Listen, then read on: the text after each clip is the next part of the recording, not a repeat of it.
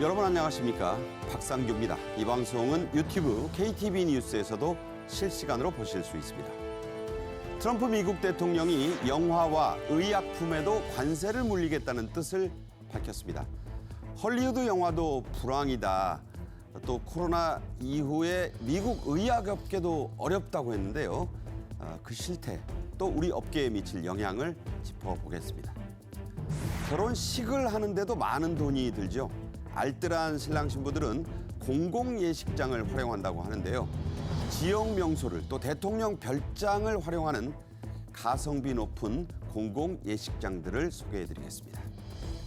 러시아와 북한이 대놓고 러시아 파병 사실을 인정한 뒤에 여러 가지 변화가 나타나고 있습니다. 북한의 김정은은 통일을 전제로 선대가 만든 노래들을 대거 금지시키고 있습니다.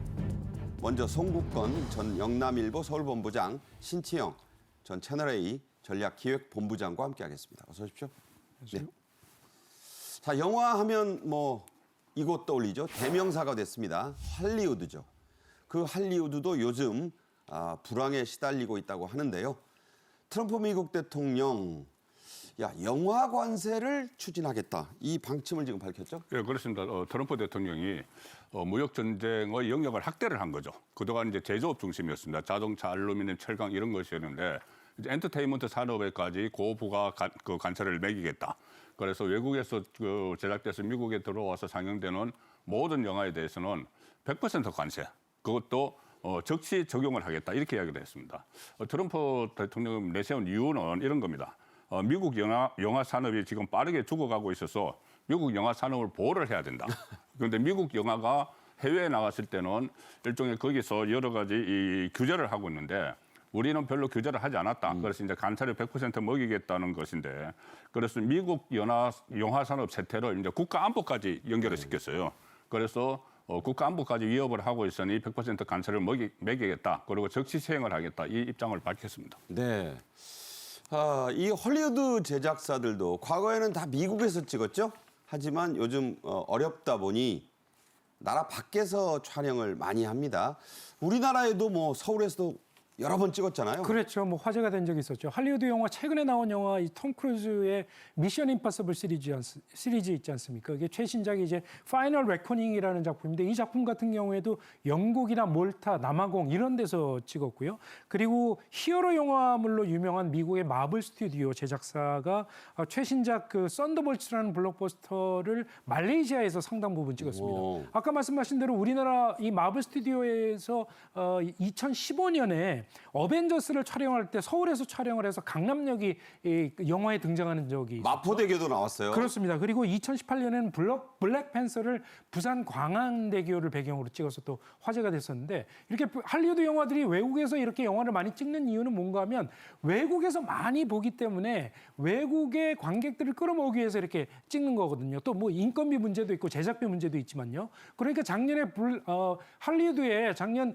관객 수입이 300억 달러 정도 됐습니다. 우리 돈으로 한 400조 원 정도 됐는데 그중에 70%인 300조가 외국의 관객 수입이었거든요. 네. 그러니까 외국에서 결국 이렇게 많이 찍을 수밖에 없는데 이 트럼프 대통령이 이 영화에 대해서도 관세를 물리겠다고 얘기를 하니까 이 외국에 나가서 지금 찍고 있으니까 당장 헐리우드 영화 제작사들의 발등에 불이 떨어지게 된 거죠. 그래서 상당히 헐리우드에서조차도 반대 목소리가 나오고 있는 그런 상황이라고 볼 수 있겠습니다. 네.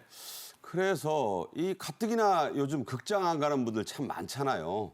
그래서 불황에 빠져 있는 우리 영화업계는 트럼프의 이 선언만으로도 잔뜩 긴장하고 있습니다. 영향이 별로 없다는 분들도 있지만 일단 영화 티켓 값이 오를 가능성은 충분하지 않습니까? 그렇습니다. 티켓 값은 이제 오를 가능성이 있는데 일단은 대규모 충격은 없을 것이라는 이야기죠. 왜 그러냐면은 우리나라 영화를 찍으면은 우리나라에서 거의 다 소비가 많이 돼요, 우리는. 그래서 미국으로 수출하는 그 경우가 작기 때문에 그래서 관세 부담이 당장 오지는 않지만은 그래도 나중에 우리나라 영화가 또 미국에 추출할 수 있는 그런 또 작품들이 나오면은 그 영향을 받겠죠. 지금 당장은 그 타격이 크지 않지만은 일단 말씀하신 대로 미국 영화 보려면 돈을 좀 더 내야 될 겁니다. 네. 왜 그러냐면 미국이 외국산 영화에 대해서 100% 관세를 매기면은 그 미국의 영화를 수입하는 다른 나라에서도 뭐 일종의 뭐 보복 간섭 비슷한 거죠. 지금 최근에 제조업에서 서로 그렇죠. 뭐 보복 간섭을 매기는 것처럼 예. 그렇게 되면은 미국산이 한국에 들어와서 상용을 하려면은 관세를 물어야 되니까 티켓값이 올라갈 수밖에 없는 거죠. 그런 상황은 지금 예상이 되지만 당장 우리나라 영화의 미국 그 수출 이게 크진 않기 때문에 관세에 대한 큰 타격은 없을 것이다. 다만 좀 시간이 지나면은 우리가 미국 영화를 보려면은 좀 돈을 좀 더 내야 된다. 네. 그 상황은 예상이 되죠. 그렇군요. 극장이 더 잘 안 되지 않겠나 하는 생각이 좀 듭니다. 백악관은 최종 결정은 아직 안 났다. 어디서 많이 들어본 말이죠. 이런 입장입니다. 그래서 최근 바이든 전 대통령이 트럼프의 이런 행태를 아주 재미있는 데 비유했네요. 네, 그렇습니다. 트럼프 대통령에 대해서 바이든 전 대통령이 뭐라고 얘기를 했는가 하면 총부터 먼저 쏘고 나서 조준은 나중에 한다. 이런 얘기를 했습니다. 저거 아주 기막힌 표현이에요. 그러니까 목표물이 어딘지 모르고 총을 먼저 쏘고 난 일단 다음에 실탄부터 쏘고. 그렇죠. 조준을 한다. 이런 표현을 했는데 이게 뭔가 하면 이제 뭐 예를 들어서 59개국에 대해서 상호 관세를 물리겠다고 했다가 90일 유예를 했죠. 그다음에 자동차 관세를 물리겠다고 했다가 또 유예한다고 하고 이렇게 자꾸 오락가락하니까 미국 내에서조차도 이 트럼프 대통령의 관세 정책이 너무 오락가락한다 이런 비판의 목소리가 나오고 있는 것인데 바이든 전 대통령이 상당히 집약적으로 이걸 설명을 했다고 볼 수 있을 것 같고 트럼프 대통령이 4일 밤에 SNS를 통해서 이렇게 밝혔거든요. 네. 외국에서 제작된 영화에 대해서는 100% 관세를 물리겠다. 그러니까 아직 확정된 내용이 아니었는데 이거를 SNS로 터뜨려버린 것이죠. 미국 내에서조차도 조금 전에 말씀드린 것처럼 할리우드에서도 반발이 나오고 있는 상황이고 논란이 커지니까 백악관에서 이제 각 언론에 성명을 보낸 거죠. 아직 결정이 안 됐고 옵션으로 검토를 중이다. 이렇게 얘기를 한 거 보면 미국 언론도 영화에 대한 관세 부과는 좀 물 건너간 거 아니냐 이렇게 좀 보는 분위기인 것 같습니다. 트럼프식 정치가 그래요. 트루스 소셜에 먼저 띄웁니다. 미국 대통령이 띄우니까 이걸 정책이라고 전 세계는 받아들이죠. 그래서 반응이 아주 심상치 않으면 백악관이 얘기합니다. 대통령의 사적인 얘기다. 아직 정해진 건 없다. 잘 봐야 됩니다. 이런 행태를. 다음 주제 보죠. 트럼프 대통령의 관세 청구는 영화만 겨냥하는 게 아닙니다. 우리에게 영화 관세보다 더 우려되는 게 있어요. 바로 의약품 관세죠? 그렇습니다. 일단 뭐 제조업에 대한 고관세 정책이 또 반발을 받고 하니까 이 대상 품목을 좀 늘리는 상황이에요. 늘리는 상황에서 제약 산업도 이제 품목별 관세 부과 대상에 포함을 시켰습니다. 그리고 향후 2주일 이내에 구체적인 계획을 발표하겠다 이런 이야기까지 했고 이미 사전 조치도 취했습니다. 미국 상무부가 4월 초에 이미 특정 수입 의약품이 국가 안보에 미치는 영향이 어떤가 이것을 또 파악한 자료를 또 제출을 하기도 했어요. 그 상황에서 트럼프는 이 외국산 그 의약품을 수입을 하지 말고 미국에서 자체 생산하자 이렇게 이야기를 했습니다. 그전에 뭐 자동차 관세를 매길 때도 비슷한 그런 목표가 있었죠. 똑같은 목표로 미국산의 자체 생산 비율을 더 높이기 위한 그런 조치고 그리고 미국 내에서 의약품 제조 촉진에 관한 행정명령도 이미 서명을 했습니다. 서명을 해서 그 발효가 됐는데 그 행정명령을 보면은 미국 안에 의약품 생산 시설에 대해서 그 새로 설립을 할 때 네. 여러 가지 규제도 완화를 해주고 절차도 간소화시킨다. 그래서 미국 안에서 생산량을 넓히자. 이 정책을 또 의약품에도 적용을 하기 시작을 했죠. 그래서 제조업처럼 미국 안에서 의약품 생산을 높이는 그 목적으로 여기에 또 관세를 부과를 하기 시작을 하는 거죠. 네, 그렇군요. 트럼프 대통령은 해외 규제를 강화하면서 이 코로나19 팬데믹을 언급했는데 왜 그랬습니까? 네, 그렇습니다. 트럼프 대통령이 5일에 바이러스의 기능 강화 연구 이런 연구에 대해서는 미국 연방정부의 자금이 지원되지 않도록 하는 내용의 그런 행정명령에 서명을 했는데요. 이 기능 강화 연구라는 게 뭔가 하면은 전염성이 높은 그런 바이러스에 대해서 전염력을 높이거나 치명적인 바이러스를 만드는 그런 연구입니다. 이런 연구에 자금이 들어가지 못하도록 이렇게 하겠다는 얘기인데 이 기능 강화 연구가 최근에 논란이 됐던 게 이 코로나19 바이러스가 어디에서 유출이 됐느냐 이런 논란 때문에 상당히 주목을 받았었는데 일각에서는 이제 이제 중국의 우한의 한 실험실에서 기능 강화 연구를 하다가 코로나19 바이러스가 전파가 됐다. 이렇게 보는 시각이 상당히 많거든요. 그때 우한 폐렴이라 그랬잖아요. 그렇죠. 그런데 이게 사실은 확정되지는 않았습니다. 과학적으로 입증되지는 않았고 이게 기능 강화 연구 때문이냐 아니면 박쥐 같은 동물에서 유래한 것이냐 이렇게 코로나19의 기원설에 대해서는 아직 확증이 되지는 않았는데 미국에서는 중국에서 유래됐다고 이렇게 믿는 사람들이 상당히 많죠. 네. 트럼프 대통령도 아마 그렇게 믿는 거 아닌가 싶은데 웬고하면 이 행정명령에 서명을 하면서 이런 얘기를 했습니다. 그러니까 우리가 진작에 기능 강화 연구에 자금 지원을 하지 않는 이런 조치를 했다면 코로나 바이러스는 없었을 것이다. 뭐 이런 얘기까지 한 거 보면 역시 이 코로나19 바이러스를 그렇게 믿고 있는 거 아닌가 이렇게 추측해 볼 수 있을 것 같습니다. 네. 과거에 트럼프 대통령 유명했던 드라마 있죠. 왕좌의 게임이라는 게 있었습니다. 그 첫 제목 이걸 자신의 홍보 포스트에 썼는데요. 바로 Winter is coming. 겨울이 온답니다. 자, 우리 제약 바이오 업계 아직 여름도 안 왔는데 겨울이 오고 있다는 분위기죠? 그렇습니다. 좀 타격이 이제 큰데 저도 이렇게 우리나라 의약품이 미국에 이렇게 많이 수출되는 줄 처음 알았어요. 네. 미국 기준으로 보면은 미국이 작년에 수입한 한국 의약품이 5조 5천억 원, 그러니까 어마어마하죠? 달러로 하면 39억 7천만 달러입니다. 어마어마합니다. 네, 이 39억 7천만 달러인데 이 중에서 특히 바이오 의약품이 있지 않습니까? 알약이 아니고 어떤 백신이나 유전자 치료제 이런 거 바이오 의약품, 주사제 그런 거죠? 주사제 이런 거죠. 이런 것들이 37억 4천만 불 해서 전체 미국 수출 의약품 중에서 94.2%를 차지해요. 네. 그런데 여기에 이제 그 관세를 먹이게 되면은 한국보건산업진흥원은 그 전에 이제 연구를 해서 앞으로 지금 미국에 이렇게 많은 바이오 의약품을 수출을 하고 있지만 앞으로 전망도 밝다. 그리고 또 새로운 목표치도 세웠어요. 네. 상당히 많은 수출을 기대를 하고 있었는데 이 미국이 이 관세를 높이면은 이제 타격을 받을 수밖에 없는 상황인데 지금 트럼프가 특히 지금 말을 하는 것들을 보면은 상당히 이것 외에 다른 품목도 계속 확산될 것 같아요. 이런 말을 했습니다. 불공정 갈치라는 표현을 사용했어요. 불공정 갈치. 네. 그러니까 해외에서 미국산에 대해서 불공정 갈치를 하고 있다. 그래서 우리도 거기에 상응하는 관세를 매겨야 된다고 하니까 지금 품목도 계속 늘려나가는 그 상황에서 우리에게 조금 전에 말씀하신 대로 영하는 큰 타격은 이제 없을 것으로 일단 안심이 되지만은 이 의약품 문제는 특히 바이오 의약품 수출에서는 좀 차질이 빚어질 수밖에 없는 상황이 돼가고 있죠. 네, 5조 5천억이니까 1%, 10%만 해도 어딥니까? 그럼에도 이 영향을 줄여야 하는 우리 기업들 다각도로 활로를 찾고 있죠. 네, 그렇습니다. 트럼프 대통령이 사실 지난 1월 20일에 취임식 때 취임식 연설에서 이미 해외에서 수입되는 의약품에 대해서 관세를 물리겠다는 이런 뜻을 밝힌 적이 있었습니다. 그래서 그 이후에 국내 바이오 제약업체들이 상당히 대응책에 부심해왔는데 그중에 대표적인 대응책은 뭔가 하면 그러니까 관세가 부과되기 전에 미국에서 판매하는 의약품의 재고를 미리 미국으로 실어 보내는 것이죠. 미리 선적을 시켜서 미국으로 재고를 쌓아놓는 것이고 또 하나는 이제 미국의 위탁 생산 업체를 통해서 의약품 생산을 확대하는 것이고 이 두 가지 방법인데 예를 들면 국내 대표적인 바이오 업체인 이 셀트리온 같은 경우에 미국에서 판매하는 의약품의 15개월분 판매분을 이미 미국에 재고를 쌓아놨다고 합니다. 그리고 또 이제 앞으로 또 다양한 의약품에 대해서는 미국 위탁 생산을 늘리겠다고 이렇게 얘기를 하고 있고요. 또 SK 바이오팜 같은 경우에도 지금 6개월분의 재고를 미국에 쌓아놨다고 하니까 일단 내년 상반기, 내년 하반기까지는 관세가 부과된다고 하더라도 관세를 피할 수 있는 그런 준비는 이미 해놓은 셈이죠. 그리고 그 이후에는 위탁 생산을 통해서 국내에서 실어 보내기보다는 미국 현지에서 생산하겠다. 이런 대응책을 지금 마련하고 있습니다. 네. 자, 정부 당국도 좀 할 일이 있겠습니다. 특히 보건복지부.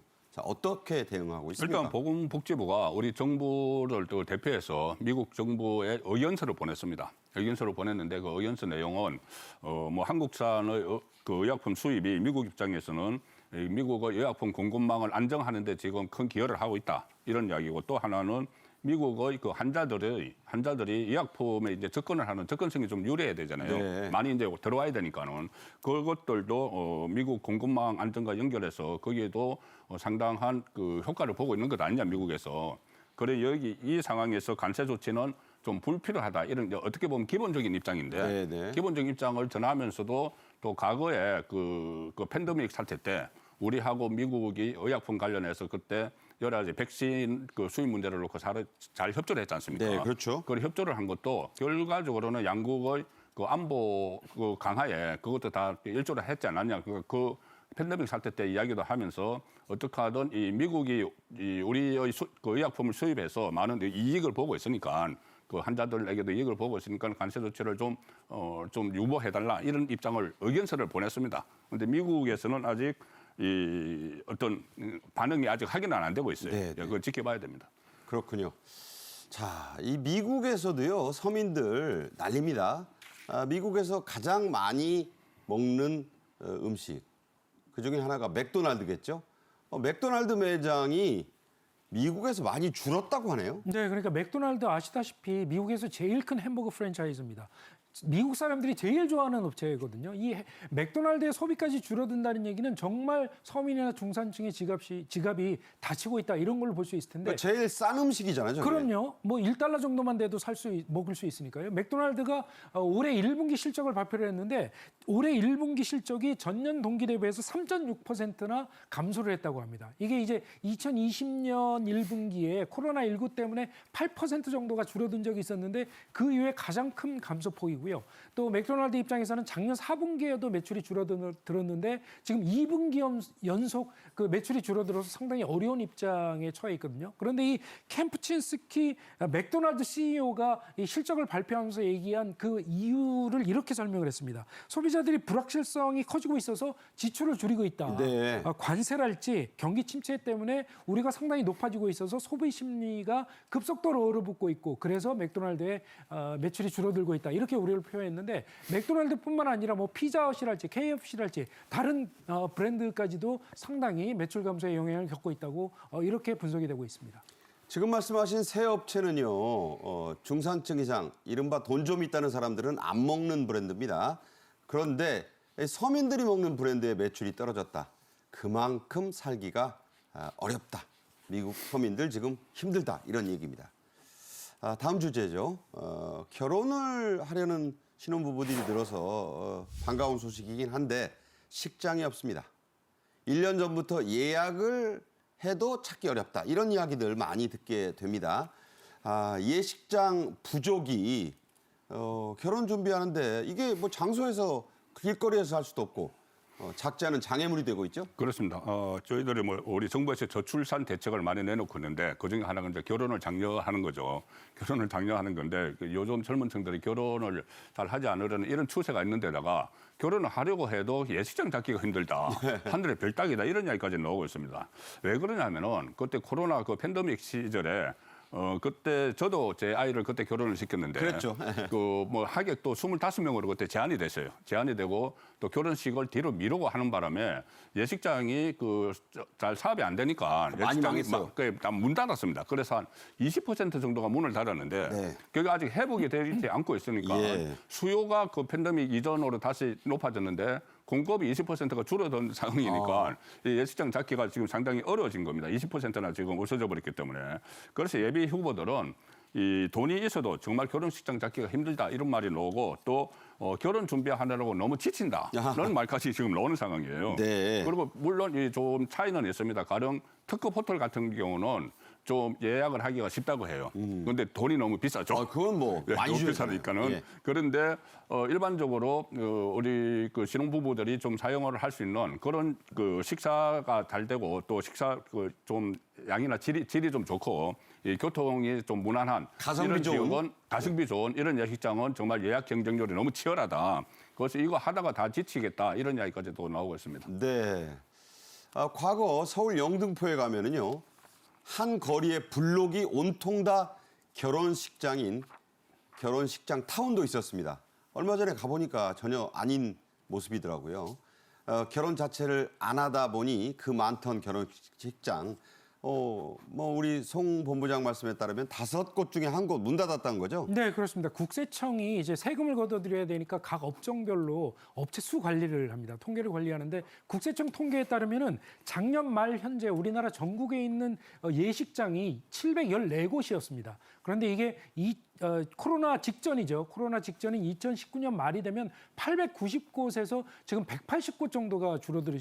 줄어들었으니까 뭐 한 20% 정도가 줄어든 걸로 이렇게 볼 수 있겠죠. 이게 말씀하셨다시피 코로나19 때 예식을 많이 미루고 또 소규모로 진행이 되고 하다 보니까 예식장은 상당히 문을 닫는 곳이 많이 나왔었거든요. 그래서 이제 뭐 어쩔 수 없이 뭐 이렇게 예식장이 문을 닫으니까 또 예식장 비용은 상당히 올라갈 수밖에 없었던 그럼요. 것이죠.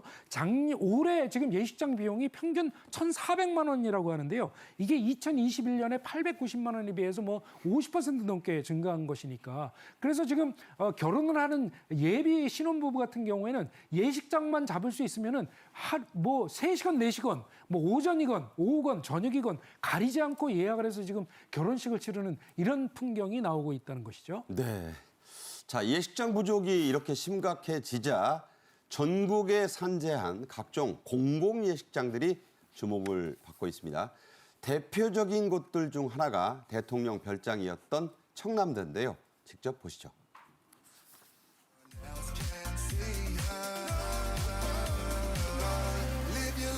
In the moment, morning, you never know when it is over. All that I know is we'll get older. So let us dance this night away. 보신 대로 저 청남대, 청와대 닮았잖아요. 그 야외가 결혼식장으로 쓰인 지 꽤 됐습니다. 그런데 요즘 갑자기 인기가 크게 올랐죠? 네, 그렇습니다. 청남대 남쪽에 있는 청와대라고 해서 청남대라는 별명이 지어졌습니다. 충북 청주에 있는 곳인데요. 이곳이 원래 1983년에 문을 열었는데 2007년부터 관리사업소가 이제 결혼식으로 대관을 해주기 시작했는데 별로 인기가 없어서 1년에 한두 건 정도의 예식이 이루어졌다고 하거든요. 근데 이제 최근에 충북도청에서 저 청남대를 상당히 홍보를 많이 하기 시작했습니다. 네. 그다음에 저희 방금 전에 말씀드렸다시피 일반 예식장이 줄어들어서 비용이 올라가고 예약이 힘들어지니까 청남대가 상당히 인기를 끌기 시작했다는 그렇죠. 것이죠. 그래서 작년에만 해도 한 25건 정도의 예약이 이루어졌고요. 지금 화면에서 보시면 아시겠지만 청남대가 상당히 넓고 잔디밭이나 호수가 상당히 잘 조성이 돼 있어서 예식을 하고 사진을 찍기에 꽤 훌륭한 곳들이 많습니다. 그렇네요. 그리고 비용 같은 경우에도요. 식사까지 해서 1,000만 원에서 1,500만 원 정도 든다고 하니까 일반 예식장의 절반도 안 드는 것이거든요. 그러니까 상당히 요즘 젊은 부부들한테 상당히 인기 있는 그런 곳이라고 합니다. 그런데 좀 멉니다. 충청권 분들은 가기 쉬워도. 그래서 수도권에는 없나? 특히 서울에도 뭐가 있나? 있습니다. 인기 있는 공공 서울 예식장들 어디입니까?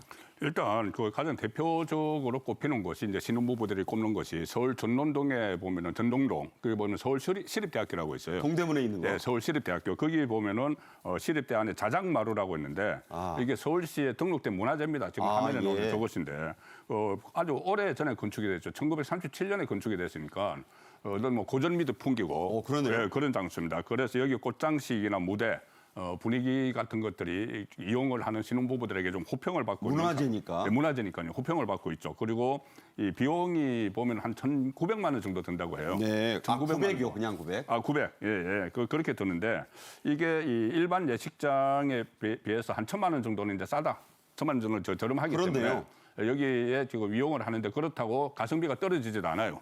여러 가지 꽃장식 같은 것도 지금 보시기에도 훌륭하네요. 네, 아주 훌륭합니다. 그래서 이 소수 하객만 초대하는 요즘 그 작은 결혼식 스몰 웨딩? 스몰 웨딩이 유행인데 거기에 딱 적합한 장소다 이런 소문이 퍼지고 있죠. 그러니까 50분 미만 모실 때 참 좋다 이런 얘기입니다.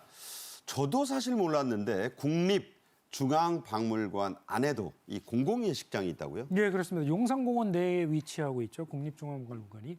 여기에 미리 예약을 하면은 무료로 돈을 내지 않고 100명 정도가 이용할 수 있는 그런 전통마당을 빌려서 예식을 치를 수가 있었고요. 그다음에 대관료 10만 원만 내면 10만 원이요? 예, 10만 원만 네. 내면 박물관 안에 있는 국제회의장 한 200명 정도를 수용할 수가 있습니다. 여기에서 또 예식을 치를 수가 있습니다. 그래서 10만 원만 가지고 결혼식을 치를 수 있으니까 얼마나 간소하게 치를 수 있겠습니까? 그러니까 일회용 화학 포장 같은 것도 없이 상당히 간소하게 치를 수가 있고 그다음에 하객들에게 박물관 내에 있는 식당에서 식사 대접도 할 수 있습니다. 그렇죠. 예. 그리고 하객들은 또 이 박물관도 둘러볼 수 있고 박물관 내에 인공 연못, 호수 이런 것도 둘러볼 수가 있고 해서 상당히 하객들에게도 인기가 있다고 하는데 이렇게 국립중앙박물관 같은 곳이 예식장으로 대관을 할 수 있는 이유가 정부가 작년부터 이 지자체나 공공기관이 보유하고 있는 이런 공공시설 200곳을 예식장으로 빌려주는 그런 사업을 시작을 했거든요. 그래서 이 행안부가 운영하는 홈페이지가 있습니다.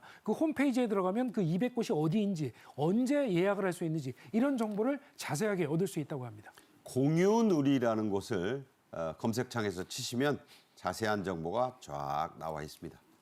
자, 공공예식장의 장점, 이 가성비 좋다, 비용이 싸다 이거 말고도 여러 가지가 있다고요? 예, 그렇습니다. 일단 뭐 일반 예식장에 하객으로 가면 항상 느끼는 게 있죠. 시간이 너무 빠듯하다. 빠듯하죠. 예, 자판기처럼. 그렇죠. 예. 앞팀하고 뒷팀하고 이렇게 식당에서 막 교차가 되기도 해요. 한 2시간 줍니다. 예, 네. 그렇기 때문에 그런 부분에 있어서는 이 공공예식장은 좀 시간이 좀 여유롭게 한마디로 좀 사용할 수 있다. 널널하다. 그렇죠. 그러니까 사진도 여러 컷으로 찍을 수도 있고 그건 좀 여유로운 그런 그 장점이 있고 또 하나는 이 공공예식장이기 때문에 딱 정해진 틀이 없어요. 예. 그러면은 식장을 자기 본인의 취향대로 꾸밀 수가 있습니다. 네. 저희들 일반 예식장 가도 뭐 어떤 그 사진, 과거 사진도 이렇게 걸어놓고 이 식장을 나름대로 꾸미는데 거기에 대한 여유가 좀 더 있는 편이죠. 공공예식장은. 예, 그래서 그런 것도 비용과 더불어서 이점으로 작용을 하고 있습니다. 네, 추억을 오히려 더 남길 수도 있지 않을까 싶습니다. 물론 신혼부부들이 결정해야겠죠. 멋진 전통 한옥을 무대로 결혼식을 치르는 공공예식장도 있습니다. 함께 보시죠.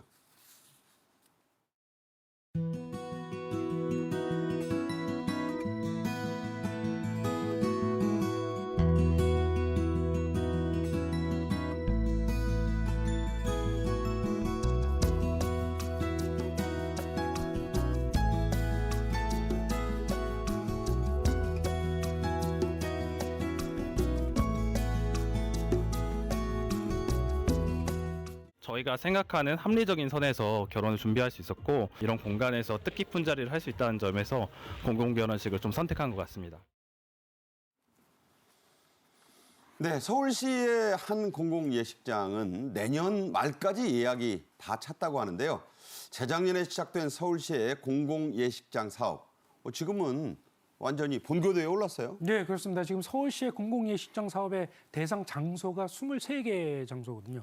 25개요. 이 중에 야외가 18개고 실내가 7개인데 조금 전에 보신 그 성북구에 있는 그 예양제 같은 경우에도 상당히 인기를 끄는 그런 곳이고요. 예를 들면 강북구 번동에 드림랜드라는 놀이공원이 있었어요. 옛날에 있었어요. 그 자리가 문을 닫고 그 주변 입지까지 합해서 한 수만 평 정도의 공원을 조성을 했는데 북서울 꿈의 숲이라는 공원이 있습니다. 어릴 때 저희 아이들하고 갔었던 데인데 그렇죠. 드림랜드. 이 공원이 또 이 공공 예식장으로 상당히 인기를 끌고 있고 조금 전에 화면에서 지금 보시고 계시는 예양제라고 하는 그런 전통 가옥에서도 또 예식을 치를 수가 있는데 이 예양제나 북서울 꿈의 숲 이런 곳 같은 경우에는 내년까지 예약이 다 차 있다고 하니까 상당히 큰 인기를 끌고 있다고 합니다. 네, 빠른 검색, 빠른 손이 예약을 결정합니다. 송국건 본부장님과는 여기서 인사드리겠습니다. 감사합니다.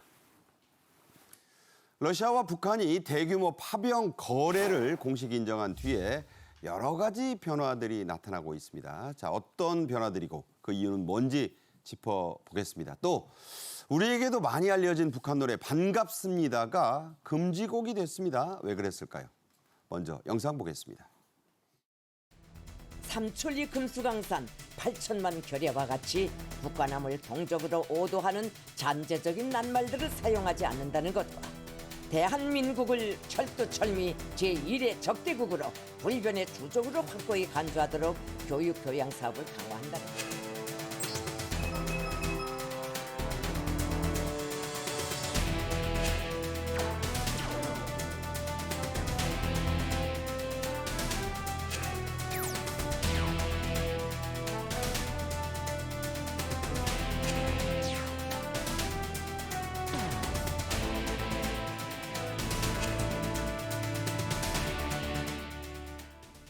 네, 이 주제에는 안찬일 세계 북한 연구센터 소장님도 함께하겠습니다. 어서 오세요. 안녕하십니까. 자, 공공연한 비밀이었죠. 북한군의 러시아 파병, 김정은과 푸틴이 거의 동시에 공식 인정을 했죠. 네, 그렇습니다. 뭐 물론 이제 합의에 따라서 북한 쪽도 공개하고 싶지만 못했고 러시아 역시 이제 합의에 따라서 공개가 되다 보니까 이제 양측에서 거의 동시에 공개가 됐습니다만은 북한으로서는 뭔가 이제 자기네 군대가 외국에 나가서 용감하게 싸운다. 이제 내치에 활용하려는 목적도 있고 또 정상 국가로 우리도 이제 당당하게 파병한다. 뭐 이런 자랑도 하고 싶고 과거 이제 베트남 전쟁 공군 파견 시에는 전혀 그 쉬쉬했는데 이번에 네. 이제 육군 특수부대를 파견하고 공개를 했습니다. 네. 자, 그런데 러시아의 태도가 이 공개에 더 적극적이었습니다. 푸틴이 직접 감사 인사를 전했다고 북한 매체들이 아주 대대적으로 보도했죠. 네, 크레물린궁 보도에 의하면 이제 푸틴 대통령이 아주 북한군이 와서 용감하게 싸웠고 두 나라 이제 조로 친선, 조선과 러시아가 이제 친선 관계가 이번 파병을 통해서 더욱 돈독해졌다 이런 말을 상당히 그 톤업에서 발표를 했는데 네. 이것 역시 자기네 러시아 내에서 북한의 도움을 강조함으로써 전쟁의 우방이 합세하고 있다. 뭐 이런 사기도 돋구는 이런 의도가 있다고 볼 수 있습니다. 외무부 대변인은 아주 한 걸음 더 나가서 진정한 친구, 뭐 우리의 친구, 뭐 이런 말 썼어요. 네, 이 친구라는 표현을 그 푸틴도 많이 사용을 했는데 그만큼 어떻게 보면 이제 유일하게 뭐 우방이 좀 있다고 하지만 북한군만이 우방으로서 이제 참전을 했으니까 그걸 강조하고 또 실제로 북한군이 좀 크루스크 점령이라든지 이런 데서 좀 공을 조금 세운 것 같습니다. 네. 자기네가 못하는 네네. 걸 북한군이 하니까 이걸 이제 사기를 돋구는데 활용한 것 같습니다. 네. 김정은은 푸틴의 이 감사 인사의 전문을 모든 주민들이 보는 노동신문 일면에 크게 실었습니다. 자, 어떤 의도일까요?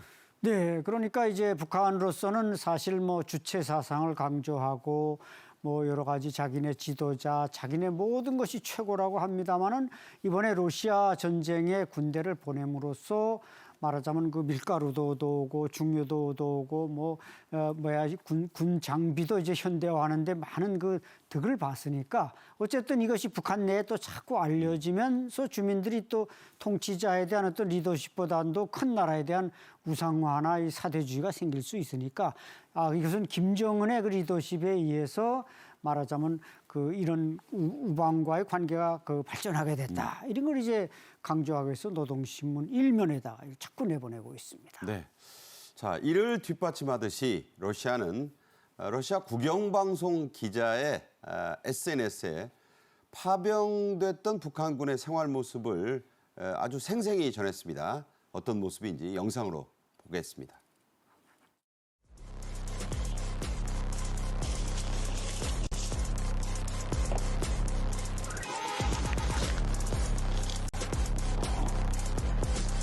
사가 백건 만발하게 피고 강무에는 안개 흐르네 가출사는 강수경한데 넓고 푸른 강수구로 사가 백건 만발하게. 자, 저 노래 가사가 익숙하시죠? 저 테트리스에 나오는 그 배경 음악이기도 합니다. 북한군이 러시아 군가를 우리말로 번역해서 부른다. 이거 흔치 않은 일인데 어떤 의미일까요? 네, 이자 그 카츄샤는 1938년에 작곡된 노래입니다. 그리고 2차 대전 당시에 러시아군이 가장 많이 불렀던 노래인데 역시 한국말로도 나와 있습니다. 이게 또 일본어로도 나와 있고 중국어로도 나와 있고 그러다 보니까 이제 북한군이 쉽게 그 가사나 이게 익숙이 돼서 따라 부르고 있는데 어떻게 보면 이 카츄샤는 러시아에 있어서 군가이면서 동시에 우리 대한민국의 아리랑처럼 일반화된 노래입니다. 러시아에? 예, 그러다 보니까 가사가 우선 북한말로 한국말로 돼 있으니까 북한군에게 그걸 또 가르쳤고 거기서 이렇게 부름으로써 전쟁 와중에 뭔가 그 삭막한 전쟁 분위기를 좀 누그러뜨려 보려는 의도가 있다고 볼 수 있습니다. 제가 카투사 제대를 했는데 저 헷갈리는 분들이 있어요. 뭐냐면 러시아 카투샤하고 미군의 카투사는 이 뜻 자체와 발음이 다릅니다. 그런데 헷갈려서 카투샤 하죠. 이번 기회에 좀 바로 잡으시길 바랍니다. 파병된 북한군의 모습을 보면 오히려 파병 생활이 더 낫다는 느낌이 들 정도입니다. 자, 대체 이 어떤 대우를 받았길래 그러는가요? 네, 당연히 낫죠. 우선 배도 고프지 않고 밥을 배불리 먹을 수 있고 장비도 좋고 물론 목숨을 뭐 언제 빼앗길지 모르니까 불안합니다만은 북한군은 건군 이래 48년 2월 8일 건군 이래 단 한 번도 공군이 베트남전에 잠깐 나간 거 외엔 해외 파병된 적이 없습니다. 없죠. 우리 대한민국 국군은 뭐 평화유지군으로 얼마나 국제전에 많은 경험을 가지고 있는데 북한군은 없는데 이번에 특수군이 약 한 15,000명이 나가지 않았습니까?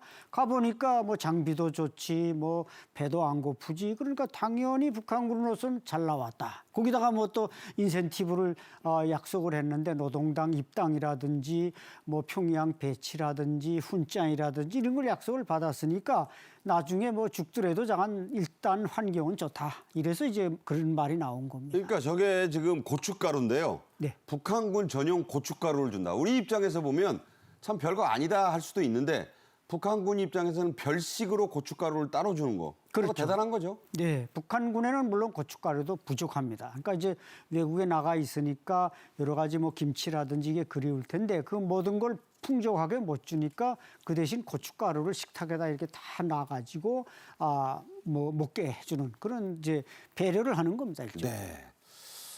북한에 있는 것보다 훨씬 낫다. 뭐 그런 얘기입니다.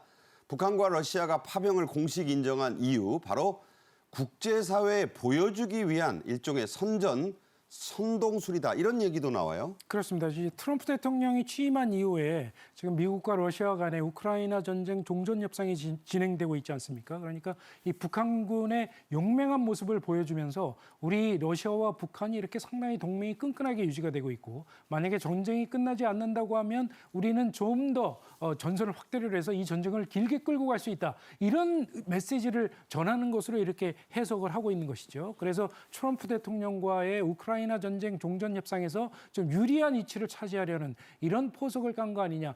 지금 이런 분석이 나오고 있는 것 같고요. 그래서 이 조금 전에 마리나 킴이라고 하는 그런 러시아 국영 기자가 공개한 그런 영상에서도 보면 그 영상에서 이 북한군을 상당히 띄워주는 그런 멘트가 멋있게 상당히 나와요. 나옵니다. 네, 멋있게. 예, 이 모습 자체가 굉장히 용맹하게 이렇게 묘사가 되고 있고 그리고 나레이션을 통해서 북한군은 아무것도 두려워하지 않는다. 최고의 정예 병력이다. 이 병력들이 북한으로 돌아가게 되면 상당히 아시아 태평양의 가장 우수한 군인이 될 수 있을 것이다. 뭐 이런 식으로 상당히 높게 평가를 하는 그런 강조하는 부분이 많이 나오거든요. 네. 그런 것이 역시 전부 이 우크라이나 종전 협상을 염두에 둔 그런 포석 아니냐 이런 해석이 나오고 있습니다. 네. 자, 이런 가운데 러시아에서 열리는 제2차 세계대전 전승기념일. 그러니까 이제 러시아가 나치 독일을 이겼다. 이 날을 기념하는 거예요. 그래서 80주년이 되는데 여기에 당초 김정은이 간다는 말 있었는데 일단 안 간다죠? 네, 안 가기로 하고 이제 대사급 대표가 간다. 뭐 얼마 전까지만 해도 이제 최용해 북한의 2인자가 최용해가 간다는 설까지 있었는데 이제 러시아가 발표했습니다. 안 가고 대사급이 참석한다는 건 이제 차관급 정도, 외무부 차관 정도가 아마 간다는 얘기인데 제가 볼 때는 김정일이 가고 싶지만 거기 가면은 시진핑 앞에서 그 모멸적인 눈초리를 받아야 되고 또 뭐 타고 갈 비행기도 마땅치 않고 여러 가지로 갈 수 있는 형편이 안 되는 것 같습니다. 네. 그렇기 때문에 아마 포기한 것 같은데 그래서 얼마 전에 쇼이구 안보 비서가 갑자기 평양에 나타나지 않았습니까? 그랬죠. 그것도 아마 김정은을 초청하는 메시지를 들고 왔는데 거기서 접점을 찾지 못해서 포기한 것 같습니다. 네, 뭔가 좀 살짝 삐걱대고 있다 이런 뜻도 되겠습니다. 남북 화합의 상징곡으로 문재인 정부 때 참 많이 북한이 선전해 온 노래 있죠. 우리 국민들도 많이 압니다. 반갑습니다죠. 갑자기 북한의 금지곡이 됐습니다. 2018년 평창 동계올림픽 특별 공연에서 이 열창했던 모습 함께 보겠습니다.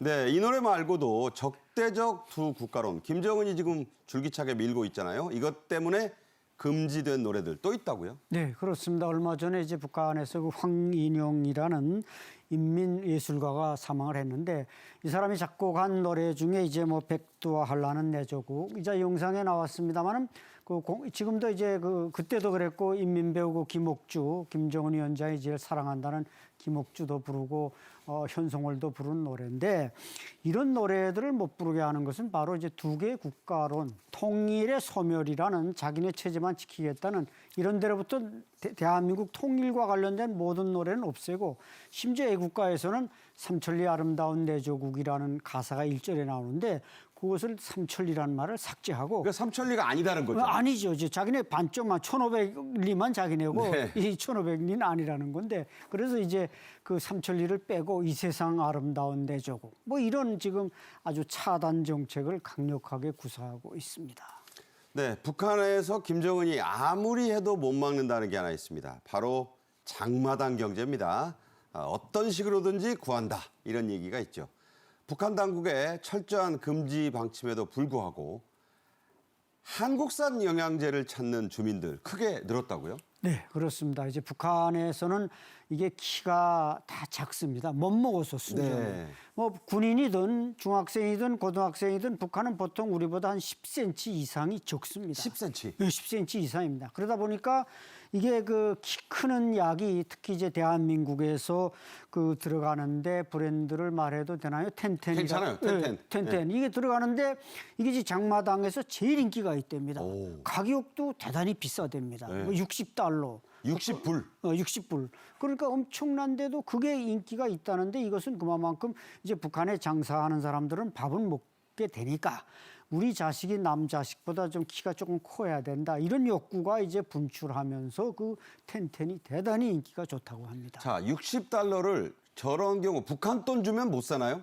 북한 돈으로는 거의 가치가 안 되죠. 왜냐하면 1달러면 북한 돈으로 한 2만 원인데 결국 그 텐텐 뭐 미시발 살래도 거의 한 자루 북한 돈을 지불해야 그리고 북한 돈 또 안 받는다고 하고. 받지도 않고 그건 아예 취급을 안 하는 겁니다. 자, 달러 있어야 산다는 이 텐텐.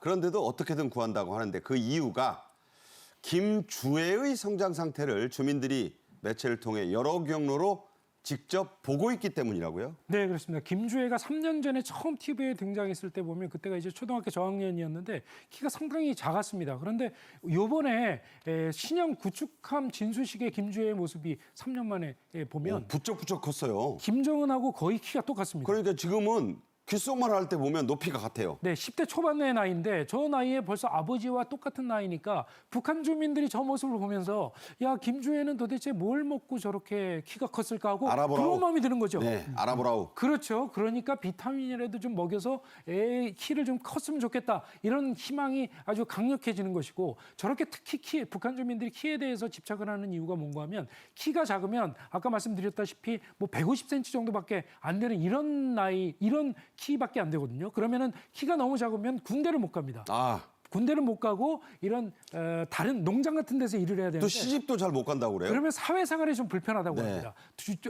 또래들한테 따돌림을 당하기도 하고요. 그래서 어떻게든 아이의 키를 좀 키우겠다. 이런 욕망이 북한 주민들 사이에서 지금 확산이 되고 있는 것이고 그 김주애의 저런 성장이 그 영향을 미치고 있다. 이렇게 지금 분석을 하고 있는 것이죠. 저 자막에 밥은 못 줘도 키는 키워줘야 된다. 이게 북한 주민들, 부모들 사이에 있는 말입니까? 그렇죠. 좀 밥 먹을 만한 장사꾼들, 신흥부자들 사이에서는 유행하는 말입니다.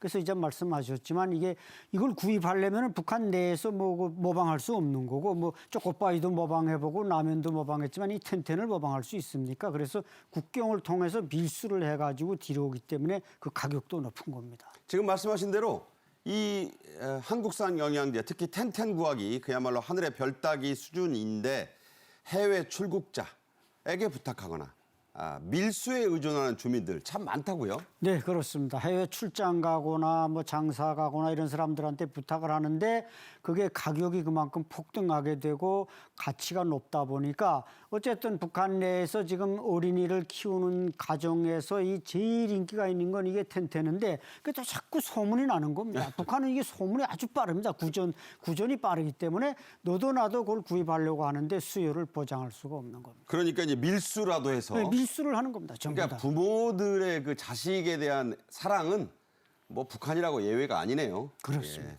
텐텐 구하면 좋은 부모다. 재미있는 얘기입니다. 지금까지 안찬일 소장, 신치영 본부장과 함께했습니다. 잘 들었습니다. 감사합니다. 고맙습니다. 내일은 5월 8일 어버이날입니다. 저는 어버이이기도 하고 돌아가신 어버이들을 그리워하며 살아계시는 어버이를 모시는 자식이기도 한데요. 여러분들은 어떠십니까? 내일 오후 1시에 다시 뵙겠습니다. 고맙습니다.